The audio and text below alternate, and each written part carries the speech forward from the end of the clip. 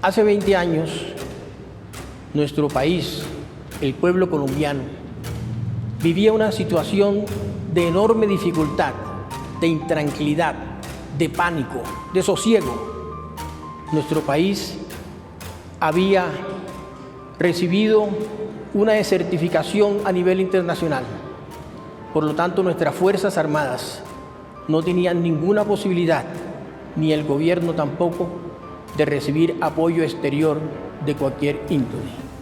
Mientras eso pasaba con las fuerzas institucionales, los grupos al margen de la ley habían tomado la decisión de vincularse a los asuntos referidos al negocio del narcotráfico y por lo tanto contaron con una enorme cantidad de dineros que les permitieron tener acceso a armamento, a tecnología de punta, que inclusive llegaba a superar la capacidad que tenía el Estado con sus fuerzas institucionales.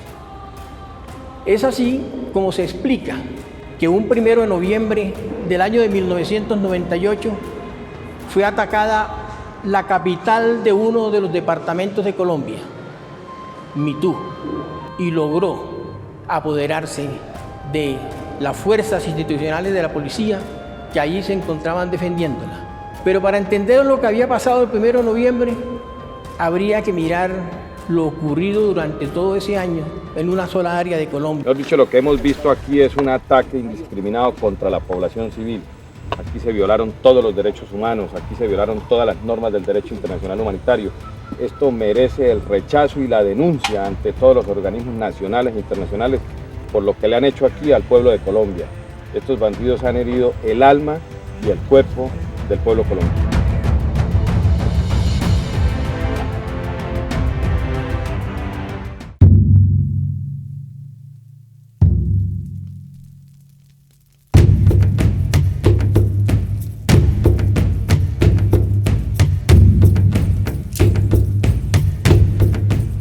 El día 3 de agosto de 1998 fue atacada la población de Miraflores. Al haber perdido las fuerzas institucionales Miraflores, se perdió una base de abastecimiento importante para poder tener la logística necesaria con que apoyar las fuerzas que se encontraban a distancias enormes, como es el caso de la Policía Nacional en Mitú. Ese día fue un día que muy a primera hora, a las 5 de la mañana, fuimos llamados por parte de la policía inicialmente de que estaban tomándose a Mitú. En ese momento comenzamos a reunirnos en la torre de control que hemos generado siempre como un puesto de comando para todo ese tipo de operaciones de orden público que se han realizado durante todo el año. Entonces llegó el general Padilla, Freddy Padilla, el comandante de la brigada y el comandante de la división, a tratar de enterarnos de cómo era la situación. Nosotros colocamos frecuencias de la torre, de la frecuencia de HF que tenía la policía y nos dábamos exactamente lo que estaba sucediendo.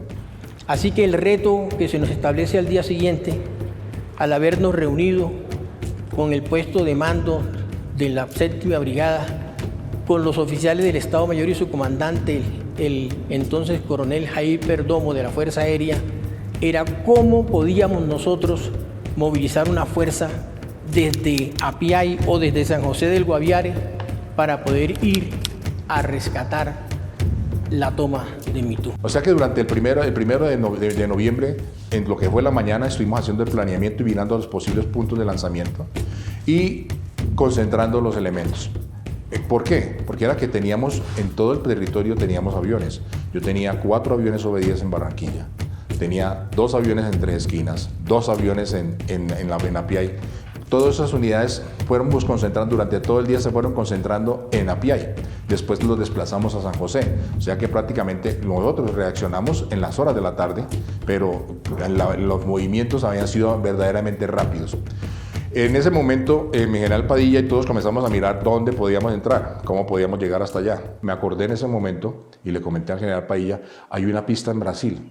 Así que se habló con el entonces comandante general de las Fuerzas Militares, el general Fernando Tapia Sestelin, quien llamó al comandante de la brigada para preguntarle qué necesitamos.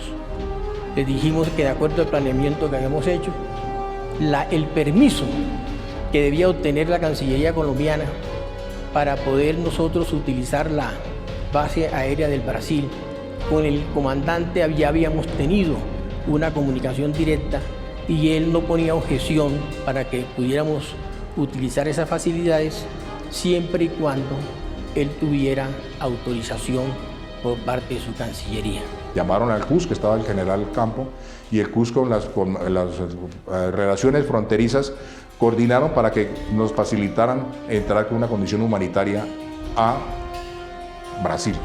Ellos nos autorizaron Itibare, pero Itibare quedaba 80 millas abajo. Entonces nosotros dijimos, es que ese es Querarí, porque ya tenemos las coordenadas, tenemos la posición.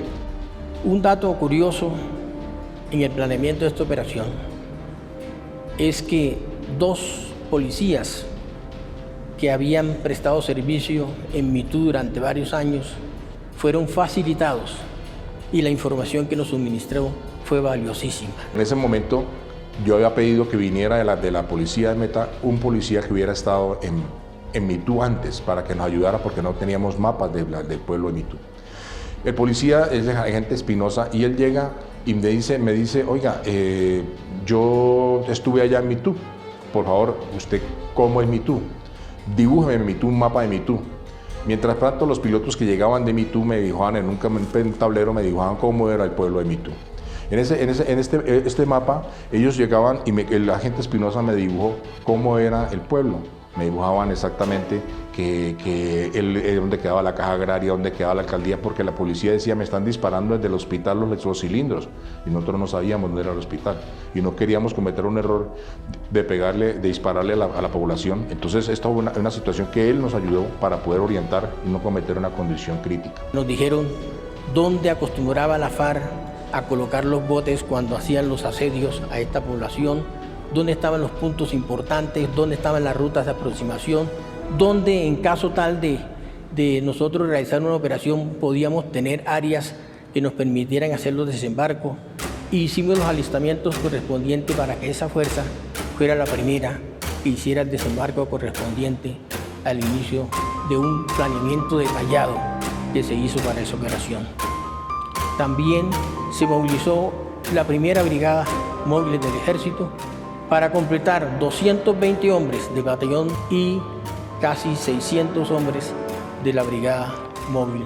Esa misma tarde, las tropas hacia la base aérea de la Fuerza Aérea de Brasil.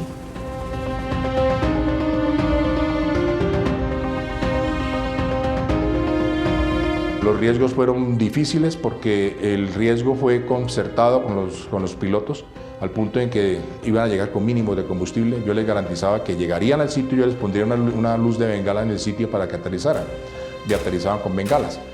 Al punto es que en el camino, cuando yo veo la diferencia horaria, yo les dije, no aguanto más, casi media hora antes, le dije, lance la bengala ya sobre Querarí. Un piloto, después de haciendo el debriefing, o sea, debriefing después de la operación, dijo que cuando él había visto la luz allá al fondo, dijo que había visto una luz de un ángel que alumbraba el camino. A raíz de eso, la operación se llamó Operación Vuelo de Ángel. Al día siguiente completamos los efectivos, movilizamos toda la logística de combustibles, los elementos para poder hacer abastecimientos en medio de la selva, y la operación se cumplió en la noche del día siguiente. En ese momento comenzamos a preparar otro mapa y comenzamos a mirar todo lo que era posible, porque ellos veían la guerrilla, ellos habían colocado tres anillos, uno que estaba atacando el puesto, un anillo que cuidaba todo lo que era la pista y un anillo que quedaba a los alrededores. De tal manera que si nosotros llegábamos a entrar a la zona para desembarcar personal de la tropa, iban a quedar entre los anillos de la guerrilla. Entonces tocaba buscar un sitio donde dejarlos desplazados y los ubicamos 5 kilómetros de distancia. Y este es el mapa de 5 kilómetros, mapa a escala que hicimos, y ahí en ese mapa comenzamos a colocarle 2 puntos donde podría haber emboscadas, porque habían o eran montañas, eran montañosas o eran selváticas para que no fueran a volcar. A ellos después, cuando los desembarcamos en este sitio, aquí en este puente hubo la primera emboscada.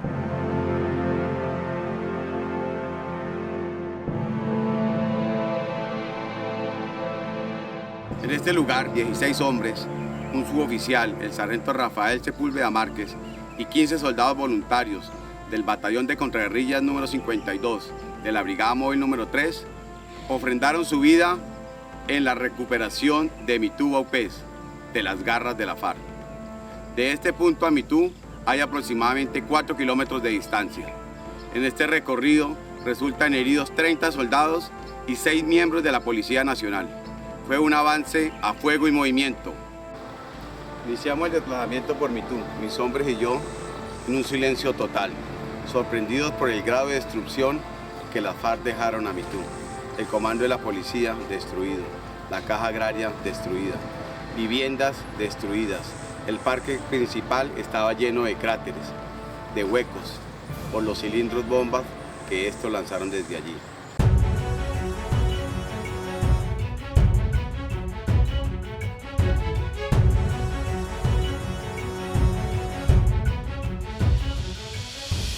Antes de las 24 horas ya estábamos aquí y estábamos combatiendo hasta que lo sacamos. Aquí no es que los bandidos se fueron tranquilamente, aquí los sacamos.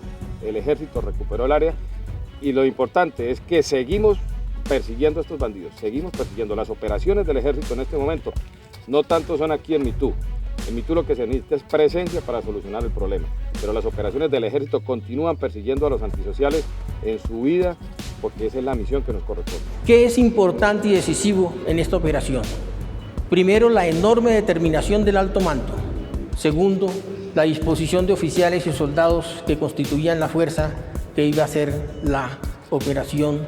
Y por otro lado también, que había la Fuerza Aérea, de acuerdo a un entrenamiento que venía realizando en 1998, adquirido la capacidad de operar nocturno.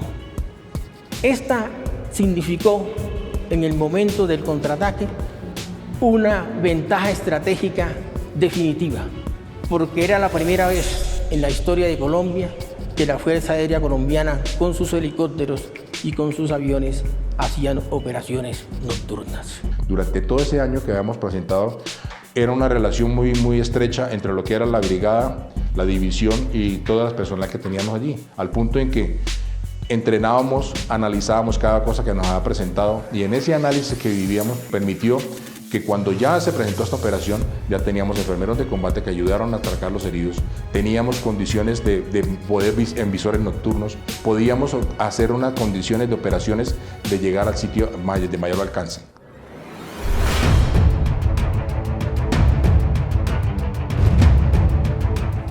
Esto es un costo altísimo, pero logramos recuperar la capital de ese departamento en menos de 72 horas, lo que significó un golpe enorme en la estrategia de la FARC, hasta el punto que nosotros consideramos que fue el punto culminante de la capacidad de daño de la FARC y su éxito frente a las fuerzas regulares del Estado.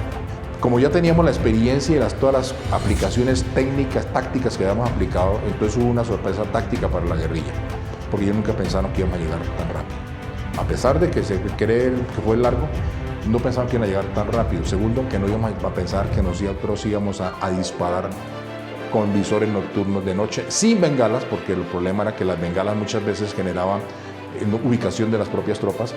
Nunca pensaron que nosotros íbamos a tener sistemas de escucharlos, saber a ellos. Nunca pensaron que íbamos a comunicarnos en sistemas de seguridad de voz. Entonces, ¿qué pasó? Que para ellos fue una condición de desconcierto, porque ya teníamos todas esas tecnologías que las habíamos aplicado con los pocos recursos que teníamos. Entonces son cosas que pues realmente son detalles que nos llenaron de euforia. Posteriormente, que terminó toda la operación de los ríos que hemos corrido, Monseñor, no me acuerdo exactamente, el obispo de Villavicencio, lo invitamos a que nos diera una misa de acción de gracias allí en la base, porque los ríos que se habían corrido han sido muy altos.